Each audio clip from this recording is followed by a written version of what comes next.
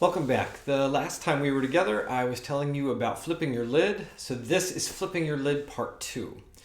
And I wanted to show you a thing that helps me understand kind of what's going on behind the scenes in someone's experience or in their brain so that I can do things that will actually be helpful.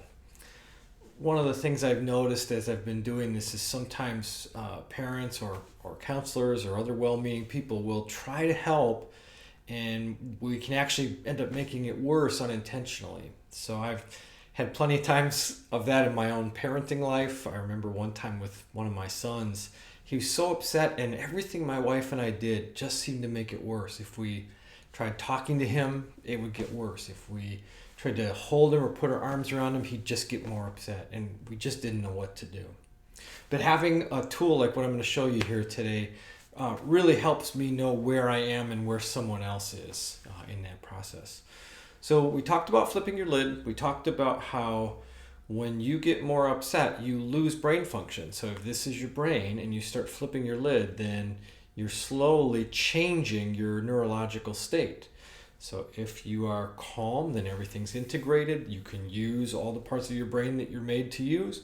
But as soon as you start getting upset, parts of it start going offline until you flip your lid.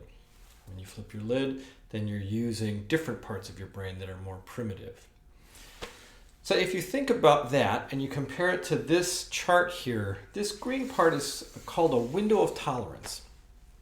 And we all have one of those. We all have different size windows depending on your experiences and what kind of traumas and stressors you've been exposed to in your life. Some people's are quite large and they can take a lot of stress, and other people's are small and they can't take much at all.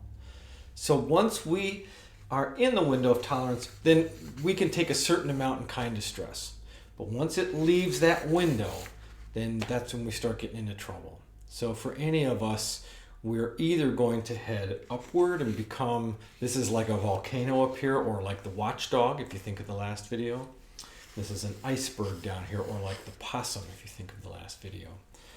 So you're either going to gain energy so that you can fight or run away, or you're going to lose energy so you can freeze and collapse or play dead. When you leave the window of tolerance, you're going into a phase called dysregulation. That's not a word you really need to know in your life. It's just for counselors, I guess, and neuroscientists. But dysregulation, if you think of it like when you're using your faucet at home, you can control the amount of water coming through or the temperature of the water. So you're regulating it. And if that's broken, then you can't control that. So this is the loss of control. And if you're heading up into fight or flight, a person going that way is going to experience it like they're getting more agitated, their skin might feel like it's crawling, or their muscles are getting twitchy, or they're getting that pins and needles feeling. Or they're just so agitated they feel like they just have to move and get out of there. And then if they keep getting stressed out, so this is the same as alert. If they keep getting stressed out, they're going to flip their lid, and that's hyper arousal. So that's going up. They're getting too much arousal. So then this is the place where you're going to see quite a lot of defiance and fighting back. So a person that goes into the fight or flight mode, when they're here, they're going to begin asking concrete questions. What do I have to do that for? How long is that going to take? Why do I have to do that? And then when they're here, they're just going to be defiant and be refusing. No, I'm not going to do that. And they're going to be stuck in this lid flipped state. So if you're here starting at the window of tolerance and someone goes the other direction, so they're going to lose energy. And in their case, if you're saying, hey, it's time to do your math, and they're saying, okay, I guess, and they might sort of avoid it, or they might seem kind of spaced out. When they're getting dysregulated, they're taking in too much information and they're getting overloaded. So they're going to start to seem robotic or spacey, or might get tired or sluggish. And then when they get into hypo arousal, so this is hyper, and this is hypo, this is below, it's too little energy, you've lost energy. Then they're going to actually start collapsing. Their body language might fold in on itself. They could pass out if they got stressed out enough. And so that's a picture of what can happen. But The thing for you to know is that when you're seeing this, when you see your child or another adult you're talking to heading into dysregulation, one of these two ways, you have to stop what you're doing and start doing it differently. When people are in a state where their lid is flipped, then you're talking to the limbic system. The limbic system scans for threat. It scans 4 times every second. It's looking for danger. And the more words that you use or sudden movements you do or the more intensity that you're bringing, it perceives that as danger. It's a threat.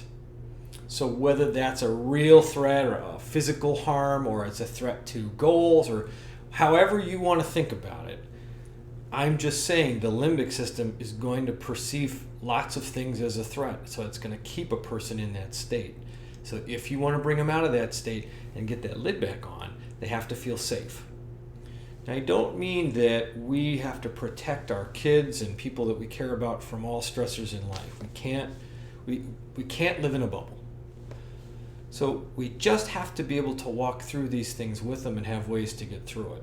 And there are lots of things that you can do, and there are lots of ways to get through it. Let me give you just a few examples, and then I'm going to show you some games that you can use, especially with kids. So if you're starting at the window of tolerance and things are okay, I'm going to just keep using the example of math because that seems to send a lot of people into hyper or hypoarousal.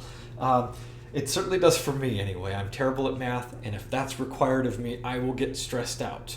So if I'm going into dysregulation and I'm starting to flip my lid, remember that now I'm losing the ability to use words. So if you try to talk me into doing math, you're going to stress me out more. So if you were to do other kinds of things that help me lose my energy, because I'm gaining too much energy, I'm a volcano that's about to erupt. I could tear cardboard. I could pop bubble wrap. I could do push-ups. I could go outside and bounce a basketball as hard as I can, or I could get on a bike and ride it as hard as I can, or jump on a trampoline. If I can do things to lose energy, things that are safe, then that's going to help me. For a lot of families, I have them come up with things that are okay to be destroyed at their house. It could be egg cartons or cardboard or papers or popsicle sticks or whatever they have that's okay. And a lot of kids really like doing that. And when they get that energy out, they're coming back to the window of tolerance. If it's someone that's going the other way and they're heading into hypoarousal, they may need to gain some energy. So they may need to have your help in doing that. So if you're saying it's time to do some math, rather than just resisting you and becoming defiant, people that go into hypoarousal or get into freeze collapse, they're going to get spaced out. They're going to get overwhelmed. Partly they're taking in too much information. You actually could look and you could see their pupils a lot of times will dilate because they're literally taking in everything in the room. Their limbic system is getting them ready to have to scan the room, look for where there's danger, look for where there's an exit, and they're starting to collapse. So they'll get spaced out, they'll be sluggish, they'll not be able to think. Sometimes you'll run into this where you'll be saying to your kids, come on, you can do this one. And all of a sudden it just seems like that, oh, I just can't. And they can't hold a pencil and they can't seem to do anything. They're probably dysregulated and heading downward. So if you keep demanding of them, they're going to get more stressed out, and now they're going to hit hypoarousal, where they've lost their energy and they're collapsing. Their body language can even fold up. If they got stressed out enough, they actually could pass out. So for these kids, they need to gain some energy. And very, very often I find the most helpful things are the things that I'm going to show you that are some games. They're co-regulating games. Co-regulating means that you're helping to regulate, that they're not doing it themselves. There are things they can do to regulate themselves, but these are just for with a partner. Sometimes kids here, they can do some physical things like popping bubble wrap sometimes is soothing to them. This is mostly going to be soothing kind of things that helps them just kind of get back a little bit or get grounded again. Having textures or tactile things that they like to manipulate or move, sometimes things like snake puzzles or slinkies. They're just moving a little, so it's just beginning to generate energy a little bit. Or they might do that game where you put your hands on each other's hands and you're kind of pushing and rocking back and forth. They could do that sort of thing. They might like to get a bear hug from you. So I'll show you some games that you can play, but that's the beginning of an idea about this. When you're playing these games, the thing that you want to look for is some shifts in their mood and their energy level. And so as soon as you see that, then you know the lid is coming back on, and then you can move into the next stage. And we'll talk about some of the next stages in the next video. But this is a way for you to just begin to understand where they are. So let's take a look at some games.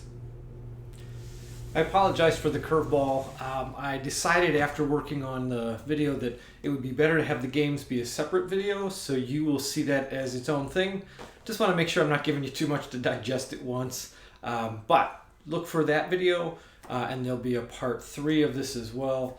We'll look at something called the 3 R's, so I hope to see you there. Hope you're doing well, take care of yourself, and I hope to see you soon.